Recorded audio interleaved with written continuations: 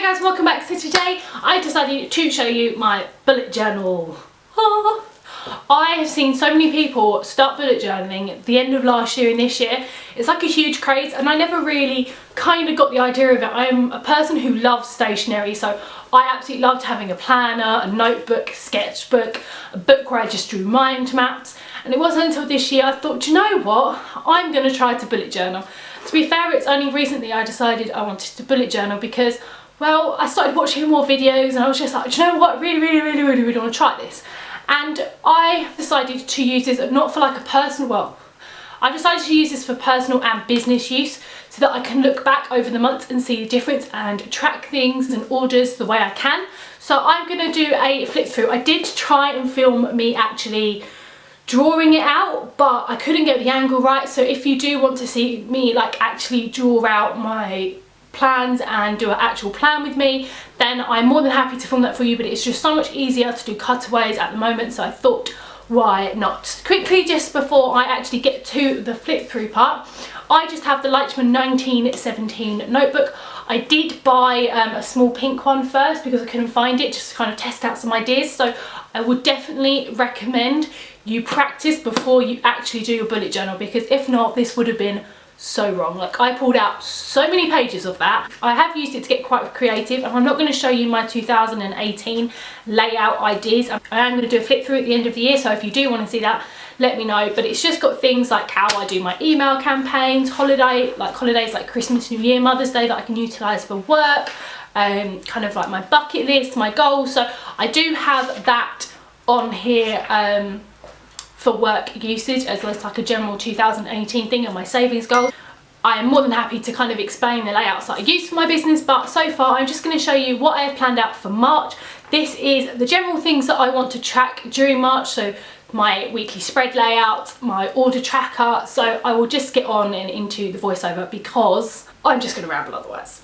But quickly, just before I do start, if you do like this video, please give it a thumbs up and remember to subscribe. It really does help me out and it means a lot to me. I'll get straight on with the voiceover and I'll see you next week. Bye. So to start off, this is just my cover page. I just decided to draw some flowers because it's like going into springtime. Just keep it simple and it's just really pretty. I have decided to keep this theme throughout all of the pages.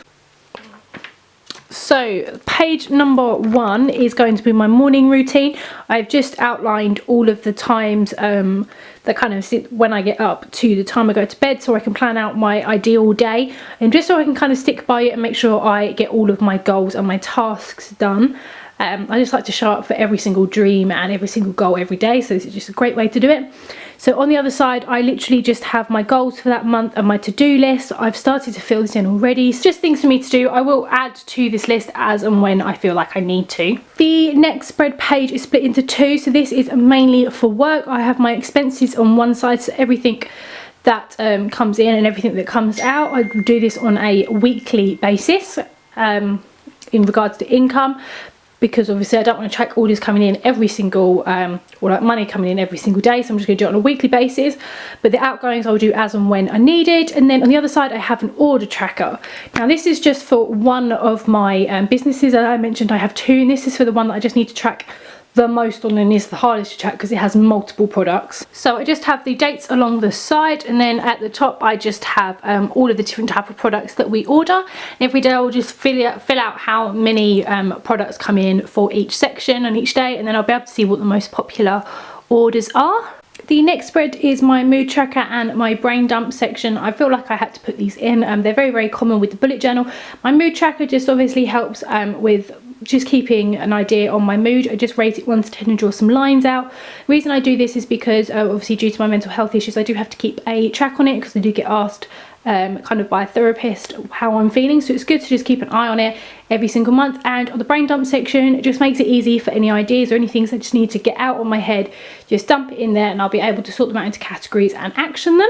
The final double page spread before we get into the weekly spread is books. Obviously, as you know, I read quite a lot of books every month and do a review on this channel, so I just want to keep a list of the books that I've got and I've read in a brief kind of sentence or so to kind of say what I am going to mention in my video and what I thought about the book, so it just makes the planning a lot easier.